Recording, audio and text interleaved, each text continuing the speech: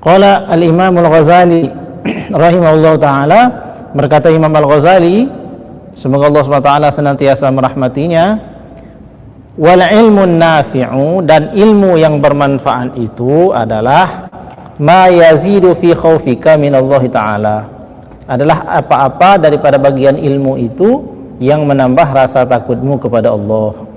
Ya, ilmu manfaat itu pasti akan menambah rasa takut kepada Allah kan.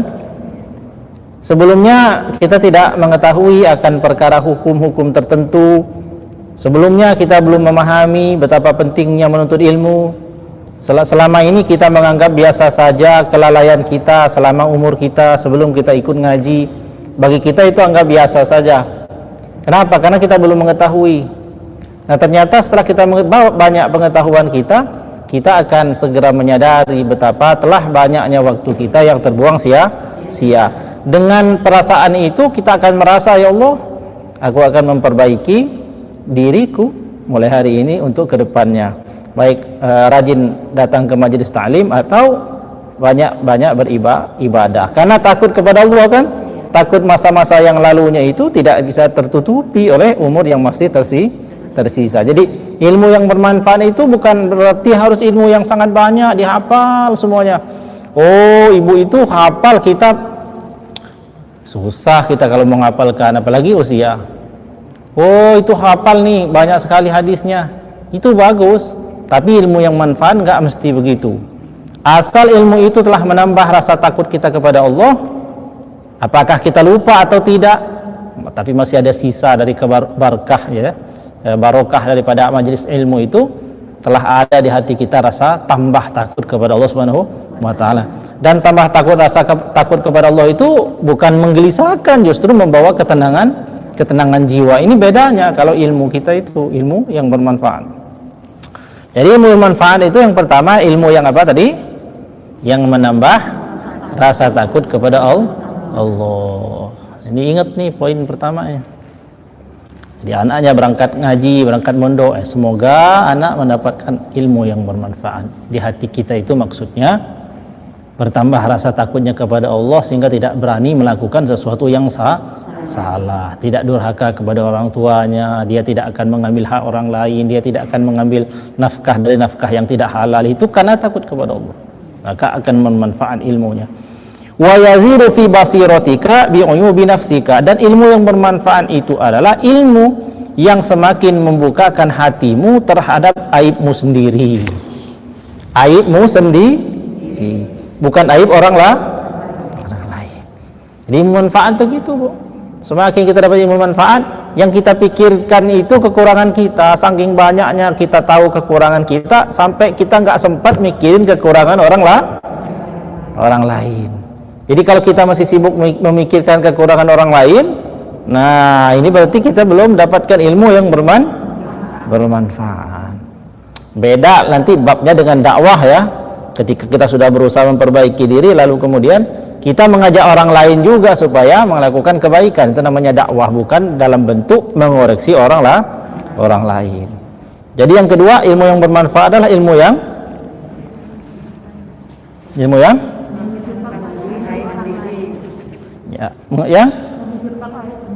memikirkan aib sendiri, menambah penglihatan kita terhadap aib kita sendiri. Artinya kita tambah banyak kita tahu kekurangan kita, ya kan? Siapa yang merasa nggak punya kekurangan? Nggak ada kan? Nah, semakin kita ini semakin tahu ilmu, semakin tahu kita paling banyak sekali kesalahannya, banyak sekali kekurangannya. Itu ilmu manfaat. Wa yazidu fi ma'rifatika bi ibadati rabbika azza wa jalla, dan akan menambah pengetahuanmu terhadap ibadah-ibadah kepada Allah, atau menambah pengetahuanmu atas orang-orang yang bisa mendekatkanmu kepada Allah. Jadi ilmu yang bermanfaat itu ilmu yang akan menyebabkan kita itu semakin tahu jenis-jenis ibadah. Dulu kita nggak tahu yang ada namanya sholat isyraq kan? Setelah kita belajar jadi tahu, itu ilmu manfaat namanya. Dulu kita nggak tahu namanya sholat duha, sekarang jadi tahu. Yang kita tahu dulu tuh sholat ya 5 waktu kan. Dulu kita nggak tahu apa itu namanya puasa ayyamul bid, ya kan? puasa 3 hari di setiap pertengahan bulan. Dulu kita nggak tahu kan, sekarang kita sudah tahu. Artinya semakin bermanfaat itu semakin banyak pengetahuan kita tentang ibadah. Ya, nah itu ilmu manfaat. Jadi ilmu pengenalan kita terhadap ibadah. Wa yuqallilu min raghbatika fid dunya, dan ilmu yang bermanfaat itu adalah ilmu yang mengurangi kegemaranmu terhadap dunia. Gemar di situ maksudnya keterikatan hati, ya. Gemar itu keterikatan hati. Maka meskipun dia ini diberikan Allah kemudahan dalam hal rezeki, dijadikan orang yang kaya raya umpamanya, tapi hatinya tidak sibuk dengan itu. Hatinya tetap mengingat Allah Subhanahu wa ta'ala dan berusaha menggunakan apa yang Allah beri itu untuk kebaikan-kebaikan, terutama dalam dakwah di dalam agamanya. Dia sedekahkan dan macam-macam. Wa yazidu fi raqbatika fil akhirah, dan ilmu manfaat itu adalah ilmu yang akan menambah kegemaranmu terhadap akhirat. Jadi lebih gemar kepada akhirat. Tanda orang gemar kepada akhirat itu bukan berarti orang ingat mati terus, bukan. Tapi orang yang banyak melakukan kebaikan. Saya ini kalau ingat mati malah susah ibadah, nggak usah diingat-ingat. Karena diingat atau nggak diingat, waktunya sudah kan? Sudah ada. Yang penting sebenarnya orang disuruh ingat mati itu supaya dia banyak ibadah, itu tujuannya. Tapi kalau bisa banyak ibadah tanpa harus diingat-ingat mati, ya nggak apa-apa, ya. Banyakin aja ibadah itu. Jadi maksud orang itu yang punya kegemaran terhadap akhirat, artinya dia ini suka melakukan kebaikan. Kebaikan itu kan untuk akhirat kan? Nah itu. Kemudian wayaf tahu basirotaka bi afati amalika hatta tahtariza minha. Nah, ilmu yang manfaat itu adalah ilmu yang akan membukakan pada dirimu ini pengetahuan tentang hal-hal yang bisa merusak amal, ya kan?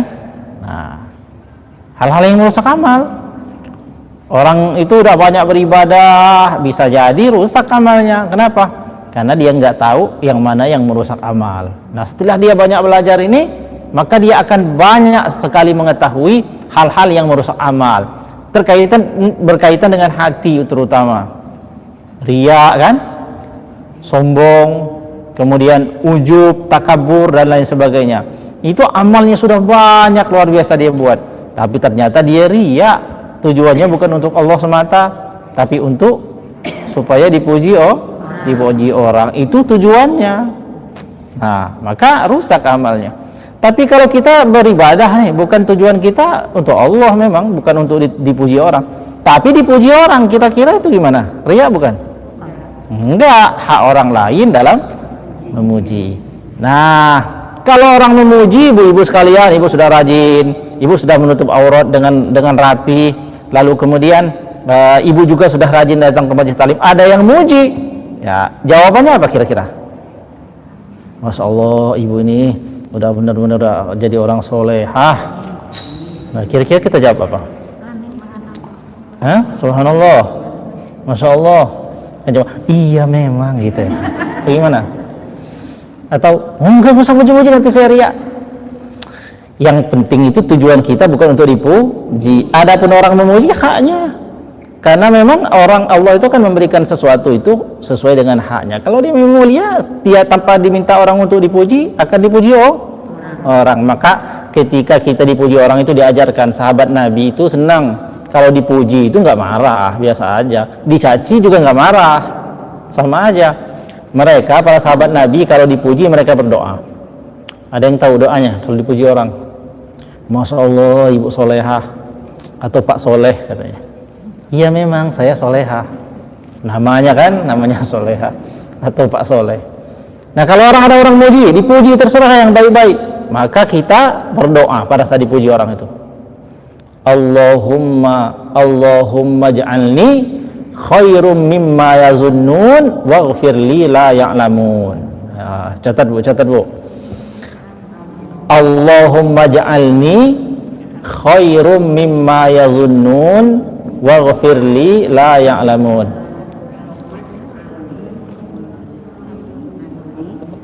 Allahumma ja'alni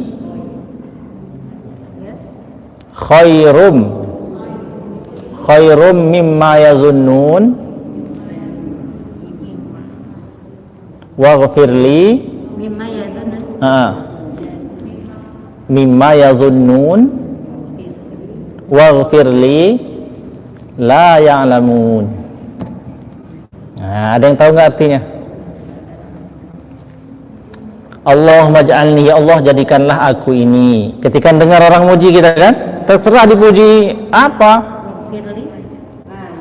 la ya'lamun. Artinya, ya Allah, Allahumma ja'alni, ya Allah jadikanlah aku ini, ya Allah jadikanlah aku ini khairum mimma yazunnun, lebih baik dari apa yang mereka sangka kepadaku. Orang udah puji, masya Allah kamu dipuji setinggi langit, kita tetap berdoa, ya Allah jadikan aku lebih baik dari itu. Nah gitu maksudnya ya. Waghfirli la ya'lamun, dan ampunilah aku ya Allah terhadap sesuatu yang mereka tidak tahu tentang saya, tentangku. Karena orang muji kita itu karena mereka nggak tahu aib kita kan, karena dia nggak tahu aja, karena Allah masih tutupi aib-aib kita, maka ada orang muji kita. Nah ketika orang muji kita itu, jadikan itu sebagai ibadah. Lahad kita berdoa, Allahumma ja'alni khairum mimma yazunnun waghfirli la ya'lamun. Ya Allah jadikanlah aku lebih baik dari apa yang mereka sangka terhadapku, dan ampunilah aku terhadap dosaku yang mereka tidak tahu. Nah, gitu. Jadi nggak usah marah-marah bu. Dipuji enggak saya nggak dipuji. Pergi. Nah nanti saya riak lagi. Nah nggak usah, tinggal berdoa saja. Nah itu ya. Kemudian apalagi yang terakhir nih, ilmu manfaat itu adalah ilmu yang wa yutli'uka ala makaidi syaitan wa ghururihi, dan ilmu yang manfaat itu adalah ilmu yang membukakan padamu tentang tipu daya syaitan dan perdaya daripada setan itu. Tipu daya setan kita akan tahu. Kita kesannya seperti baik, ternyata itu tipu daya setan. Nah kalau orang ilmu itu dapat ilmu yang manfaat, kita akan tahu oh ini tipu daya setan itu. Wa hadzal fannu minal ilmin nafi'. Inilah kata Imam Al-Ghazali, kata Syekh Abdul Somad Al-Falimbani, inilah ilmu yang bermanfaat itu. Jadi dalam doa-doa ibu-ibu sekalian begitu, berdoa supaya dapat ilmu yang bermanfaat. Nah kira-kira ilmu yang bermanfaat itu yang mana? Tuh yang terkandung banyak hal yang demikian itu ya.